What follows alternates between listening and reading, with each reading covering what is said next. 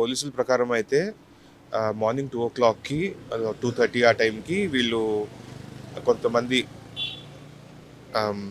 Work ఆపుతున్నారు, KBR park దగ్గర work ఆపుతున్నారు అని కంప్లైంట్ వచ్చింది.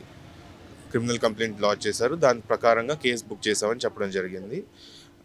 అప్పుడు దుర్గా ప్రసాద్ అని ఒక్క వ్యక్తిని అరెస్ట్ చేయడం జరిగింది, తీసుకొచ్చారు.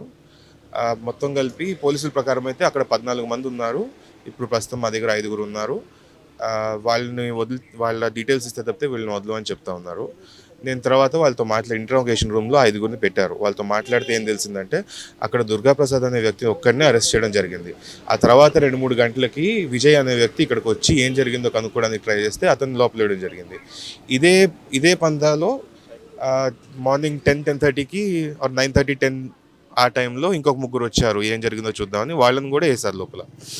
సో వీళ్ళిద్దరు మెయిన్ యాక్టివిస్టులు. ఆ తర్వాత వచ్చిన 3కి పాపం ఈ కేసుతో సంబంధం కూడా లేదు, అయినా కూడా లోపలేసి కేసు కడతాం అంటున్నారు. అది కూడా కాకుండా రిమాండ్ చేస్తాం అది ఇది అని కూడా అంటున్నారు. సీనియర్స్తో డిస్కస్ చేస్తున్నాము, రిమాండ్ చేస్తాము, అప్పుడు మీకు రిమాండ్ కాపీ ఇస్తాం, ఎఫ్ఐఆర్ అయిపోయిందని కూడా చెప్పారు. కానీ ఎఫ్ఐఆర్ అయిందో లేదో ఇప్పటివరకు తెలియదు. ఆన్లైన్లో అయితే అప్లోడ్ కాలేదు. పైగా ఇంకా సెక్షన్స్ యాడ్ చేయాలి అది ఇది అని కూడా చెప్పడం జరిగింది. సో ఎఫ్ఐఆర్ జరిగి ఉండదు. ఇప్పుడే ఎస్హెచ్ఓ గారు లోపలికి వెళ్ళినట్టున్నారు. సో ఆయన సైన్ చేశాక ఎఫ్ఐఆర్ అవుతుంది. సో అప్పటి నుంచి మేము ఇక్కడే ఉన్నాం.